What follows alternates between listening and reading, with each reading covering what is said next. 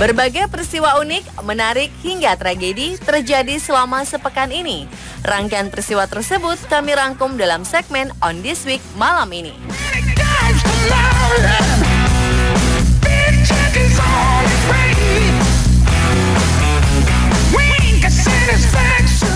Hey there friend, what you want, what you gonna do? I know that you've been feeling down. Pantai di Qingdao, Santung, Cina dipadati banyak pasangan berbaju pengantin lengkap. Mereka berbondong-bondong ke pantai itu untuk membuat foto pre-wedding. Para pasangan tersebut rupanya mengambil momen Internet Valentine's Day untuk menikah. Internet Valentine's Day sendiri jatuh pada tanggal 20 dan 21 Mei dan diyakini sebagai hari baik untuk menikah. Pelafalan 520 dan 521, angka 5 merujuk pada bulan Mei, serta angka 20 dan 21 merujuk pada tanggal 20 dan 21. Mirip dengan pelafalan aku mencintaimu dan aku bersedia dalam bahasa Cina. Tak heran jika hari tersebut dipilih banyak pasangan untuk melangsungkan pernikahan. Itulah mengapa banyak pasangan yang melakukan sesi pemotretan pre-wedding di hari-hari menjelang tanggal 20 dan 21 Mei. Dan pantai ini dipilih karena pemandangannya yang cantik dan cocok untuk foto pre-wedding.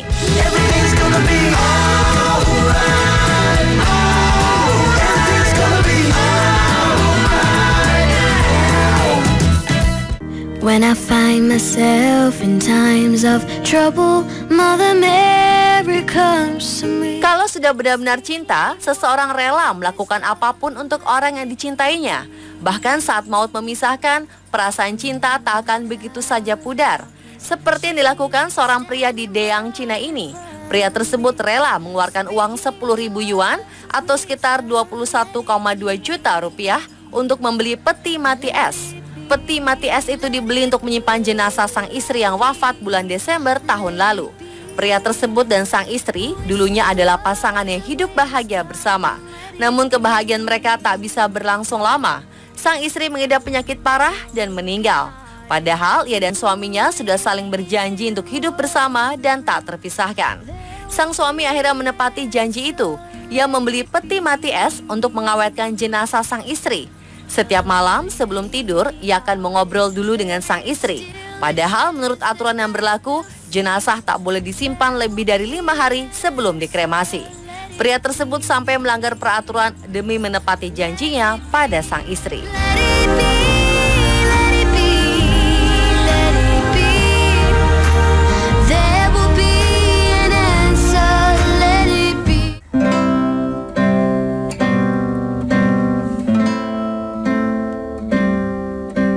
Seorang mahasiswa penganut ajaran Sikh di Selandia Baru akhir-akhir ini menjadi sorotan dunia karena kebaikannya. Seorang mahasiswa bernama Harman Sikh ini rupanya rela melepas sorban di kepalanya untuk menolong seorang anak yang mengalami kecelakaan di depan tempat tinggalnya. Perlu diketahui, Sikh sendiri merupakan istilah untuk menyebut para pengikut Sikhisme, yaitu suatu agama yang berasal dari wilayah Punjab, India. Salah satu ajaran Sikh menyatakan mereka harus memakai penutup kepala atau sorban dan dilarang melepasnya. Namun Harman rela melepas sorbannya untuk membantu orang lain. Meski awalnya ia sangat takut, namun akhirnya ia nekat melepas sorbannya untuk menahan darah yang keluar dari kepala seorang balita yang mengalami kecelakaan di depan rumahnya. Atas apa yang dilakukannya, Harman telah mendapatkan banyak pujian. Bahkan ia mendapatkan pujian dan apresiasi dari komunitas Sikh di India.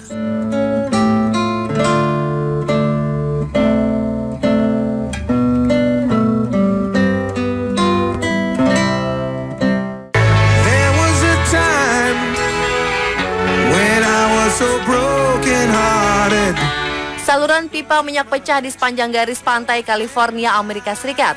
Akibatnya, sebanyak 21.000 galon atau setara 79.000 liter minyak tumpah ke lautan dan pantai setempat. Disampaikan juru bicara Patroli Laut Amerika Serikat, Andrea Anderson, perusahaan yang bertanggung jawab atas saluran pipa berdiameter 61 cm ini diidentifikasi sebagai Plains All American Pipeline yang diberitakan tengah mempersiapkan upaya untuk membersihkan tumpahan minyak itu.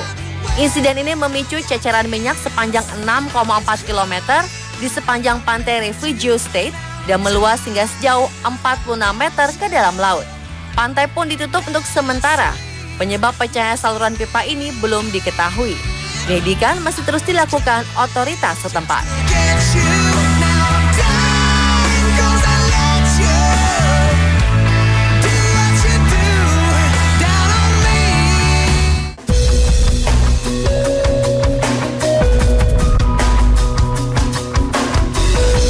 Salah satu buku termahal di dunia akan dipamerkan untuk pertama kalinya di bumi belahan selatan mulai 21 Mei ini di Perpustakaan Nasional Australia di Canberra. Buku doa Rothschild Prayer Book seharga 160 miliar rupiah dan dibuat di tahun 1505 ini dibuat atas permintaan anggota keluarga kerajaan Belanda. Semula buku ini tidak diketahui keberadaannya selama 300 tahun sebelum kemudian dibeli oleh keluarga pemilik bank terkenal Rothschild. Namun di tahun 1938, buku ini dilaporkan dijarah oleh Nazi dan disembunyikan di sebuah pertambangan garam di Austria selama 50 tahun. Buku dalam bahasa Latin ini berisi berbagai gambar mengenai kehidupan sehari-hari, pemandangan, gambar santa, dan lainnya. Buku ini dikatakan sebagai salah satu manuskrip paling indah di dunia. Buku ini akan dipamerkan sampai 9 Agustus mendatang.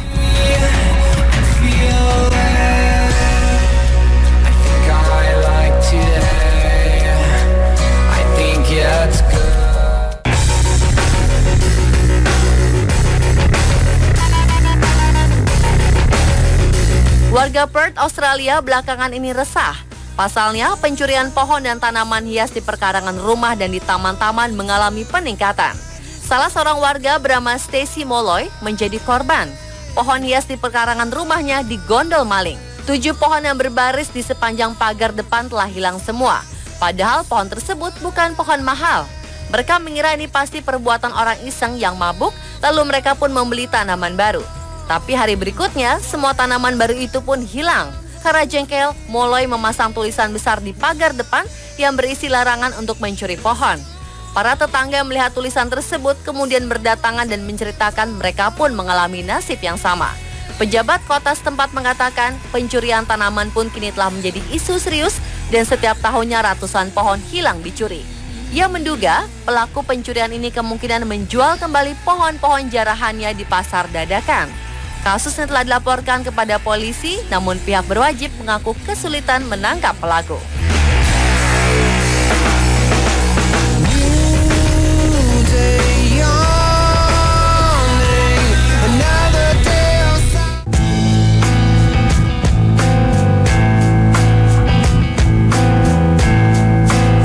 Mahasiswa Diploma Fotografi Universiti Teknologi Mara di Malaysia, Muhammad Hasrul Harismot Razi, terpaksa harus mengalami penundaan kelulusan. Ini lantaran berselfie saat wisuda. Wakil Rektor mengatakan tindakan mahasiswa ini kasar dan mengabaikan tradisi Melayu. Ia menambahkan kalau seharusnya mahasiswa ini menghormati upacara dan pengajar. Atas insiden ini, Hasrul telah menyampaikan permintaan maafnya. Ia mengaku tak bisa mengontrol kegembiraannya setelah menerima ijazah kelulusan. Hasrul awalnya tidak berpikir ada yang salah dengan tindakannya. Ia hanya ingin mengabadikan momen bersejarah itu.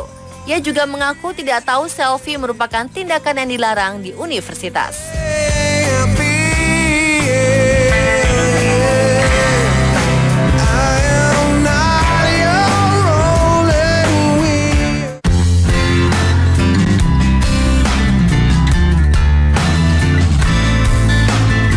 Seorang wanita dari Corpus Christi, Amerika Serikat melahirkan bayi kembar 3 dengan kondisi langka. Corpus Christi di Medical Center melaporkan bahwa 2 di antara bayi tersebut lahir dengan dempet panggul. Ketiga bayi yang diberi nama Catalina, Ximena, dan Scarlett dilahirkan pada Sabtu malam di Texas. Raul Torres, sang ayah, menjelaskan bahwa kedua bayi kembar siam sedang berada di rumah sakit dan bayi satunya sedang bersama ibunya yang dalam masa pemulihan setelah sesar. Kedua bayi akan menjalankan operasi dan tengah menjalani pemeriksaan cairan. Kembar siam tersebut akan dipisahkan dalam waktu 6 bulan atau 1 tahun di Driscoll Children's Hospital. Sebelumnya Sylvia dan Raul merasa senang saat mendengar jika mereka akan mempunyai bayi kembar 3. Namun kebahagiaan tersebut berubah menjadi ketakutan ketika mengetahui bahwa 2 dari kembar memiliki panggul yang berdempetan. Dalam halaman Facebooknya, Sylvia mengungkapkan kalau dia sedih melihat kondisi anaknya. Namun ia akan tetap melakukan yang terbaik untuk memberikan mereka hidup yang produktif sebisa mungkin.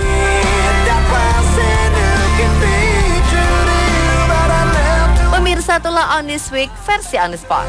And now I wish I'd stay, 'cause I'm lonely and I'm tired. I'm missing you again. Oh, no.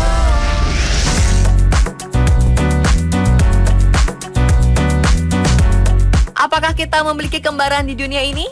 Apakah kita dapat berada di dua tempat pada saat yang sama? Bagaimana jika kita mengetahui wajah manusia bagaikan pinang dibelah dua, namun mereka tidak bersaudara?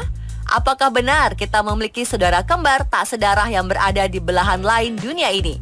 Saksikan informasinya setelah yang satu ini hanya di On The Spot.